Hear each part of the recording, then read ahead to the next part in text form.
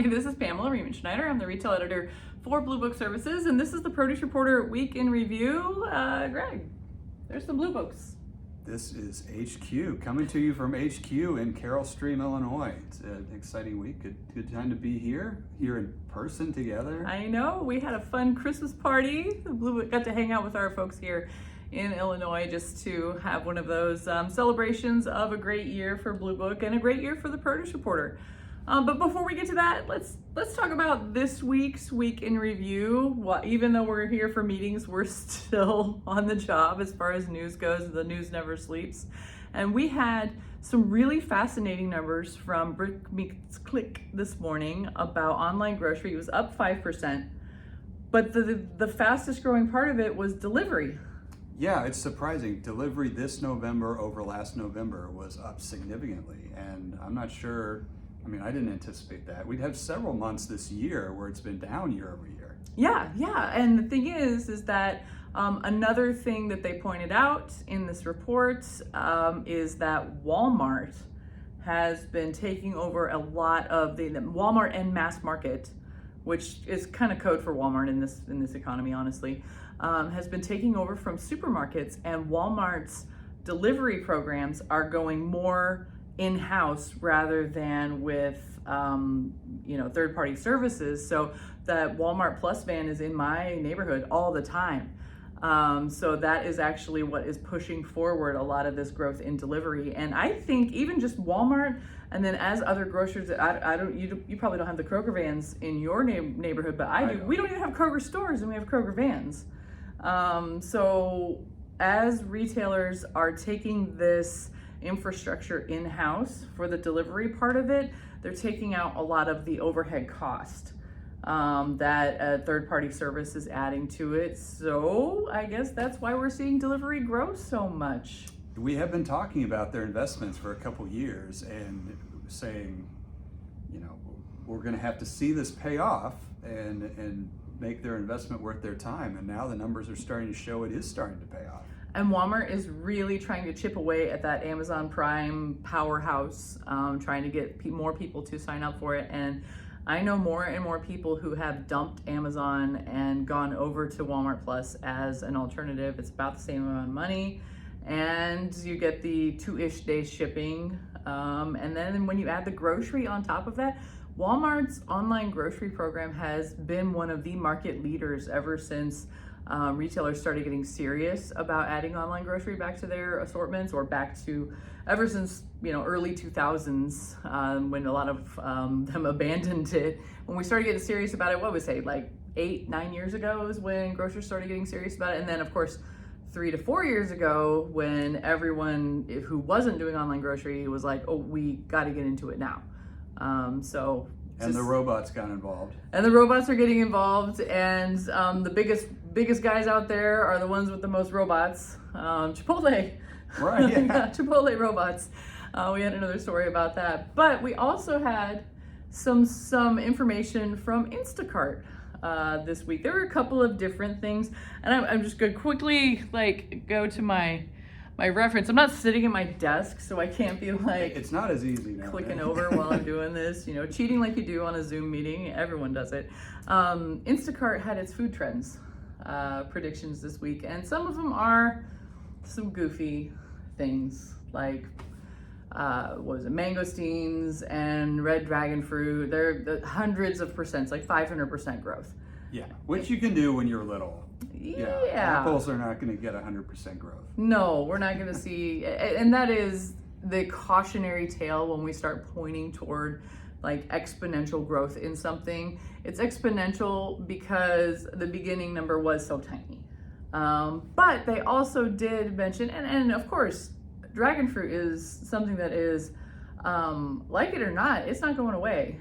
And one of the reasons why it doesn't go away, and I discussed this in a trends report that I just did, is that it is viral on TikTok for stomach remedies. And so anytime anyone mentions that they need to go, everyone in the comments is like dragon fruit. So when you go viral for something like that, it's gonna keep you in the cycle. It's just how the the nature of the beast works when we're talking about something like TikTok. And it's a little more photogenic than, say, radishes. It is more photogenic than radishes. Something that's not necessarily photogenic, however, that Instacart mentioned was mushrooms. And not just regular mushrooms. We're talking about like functional food type mushrooms. And this is something that has been trending for the last couple of years, but even in just like the last 6 months to a year, I'm hearing from mushroom grower shippers that we're seeing things like lion's mane mushrooms just out of this park growth, and Instacart is seeing that as well. Lion's mane, pink oyster, hedgehog, and reishi mushrooms specifically were definitely growing for them. I had mushrooms in my crepe at lunch today, so They look nice. they did. It didn't look like, was it reishi? I don't even know what those I look don't like. know what that is. I do know what the other ones look like. I know what hedgehog, lion's mane, and pink oyster looks like. So in my defense, I just don't know that one weird one. Yeah. So Hedgehogs are not photogenic either. pokey, like spiky. I can imagine it looking spiky. Lion's mane mushrooms just look like they don't look like a lion's mane to me. They look like a fuzzball, like a snowball. So they're white and weird looking. I just know because I see them at the regular grocery store where I live, which I would not have seen 2 to 3 years ago. Well, your regular grocery store is H-E-B. Yeah. Mine's Aldi. They don't have it. Lion's mane, they probably have a tea or like a powder Possibly, or something like yes. that in the Isle of Shame in the weird stuff. Yeah. Well, maybe it's big in Germany, so it would come over there. I'll see that in a couple of weeks. You'll see some store checking, I'm sure, from my travels over the holidays. What else do we got this week? Trash. We have to talk about Trash. We got to talk about trash. Greg's favorite topic to talk about. As long as it's actual trash and not trying to convince me to eat banana peels.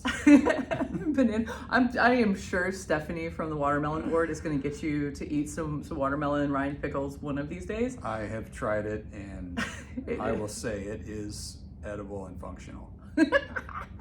It's a glowing recommendation for. You know what, my The son's middle of watermelons are fantastic. the outside of watermelons, maybe not so much for Greg. It's. If you're really hungry, it's an option. I'm not that hungry. Anyway, back to trash. A couple of weeks ago, we had a column from Western Growers and the Canadian Produce Marketing Association about their alarm about some plans that the Canadian government is considering on banning plastic in the produce department. And it's not just like a little bit of plastic. They're talking about 75% of plastic packaging in 2 years. Yeah, 2026. We first saw that like 3 years away. No, that's pretty much 2 years and 2 weeks away. Yeah, that's really close. And then that would expand to 95% of plastic by 2028, and that is outrageous. And the reality is, and this is something that the column addressed, is that there's just not the infrastructure. No, there's not the infrastructure, and I don't think they thought through what this is going to affect. And they pointed out, if you put this into place, no more bagged salads, no more year-round berries, no more baby carrots, no more bananas. Are Canadian citizens going to choose plastic over bananas, berries, carrots, and salads? I'm not seeing it. Especially with what is going on. If we are talking about inflation in the U.S., and being upset with the level of inflation, although it was slightly down in the most recent report. The growth is down. Growth is down. Yes, we're still 20% over 3 years ago. But Canadian food inflation it is far and away way higher than what we are suffering here in the U.S. and especially in fruits and vegetables because they are such an import economy. Right. And I've even seen videos on TikTok about Canadian carrots being grown in Ontario, sold for cheaper in Florida. And the person was like, how is this possible? I'm from Canada, I'm in Florida right now, and my local carrots are cheaper here than they are in Canada.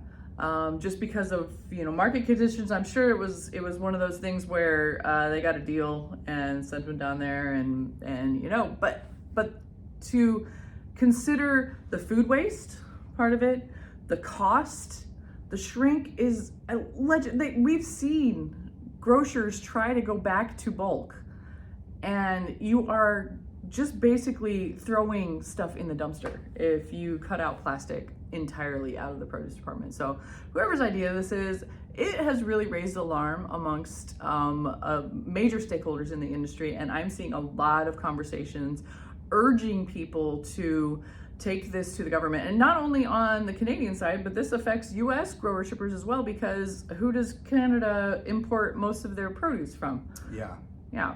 This has huge implications. And it was big enough that both IFPA and CPMA met with Prime Minister Trudeau when he was in those meetings last month in San Francisco, which we covered. It's a huge deal, and at least he gave him the audience.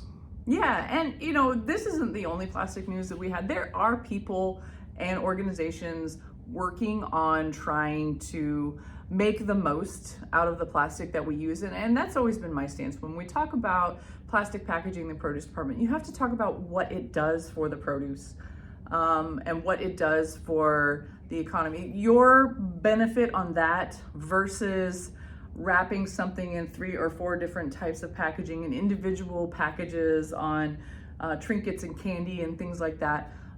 Maybe you're not getting as much benefit out of it as you are with a plastic package and produce. And then again, we also had a news release from Diorigo. They are working on 100% post-consumer recycled salad bag. That's the first of its kind. And then another thing that has been the biggest thorn in the side of people when it comes to proper disposal of plastics is that the recycling system lacks the infrastructure. And one of the first plastic film packaging recycling facilities just opened in the Twin Cities in Minnesota. So lots of movement there, but maybe pump the brakes on completely banning plastic in the produce department in Canada. That's not going to accomplish what you think it is. No, it's not. And maybe there's some synergy there. I mean, Minnesota is practically Canada. That's just right. Practically, it's further Canada. north than like half the population of. It is actually, Canada. and my Minnesota husband points that out often. He's like, "Well, most of Minnesota is farther north than most Canadians." So yeah, that's your geographical fact. Well, that's it for this week's Produce Reporter Week in Review. If you are not getting the Produce Reporter newsletter, you need to go to producebluebook.com and sign up. But you know what? We've got some really old blue books here, and I love the trivia of this. Did you know that Blue Book was the Produce Reporter company? And the reason that they are the Blue Book services is because it's a blue book. This one, actually the one on the end there is from 1913. I'm not sure exactly which one this one is. But yeah, they published all their produce reports in a blue book. So that's always fun to see. Had to use a little plastic packaging to protect the dust jacket on that because... It's over 100 years old, so yeah, that's pretty cool. Yeah, it's not something you just flippantly flip through. No. Yeah.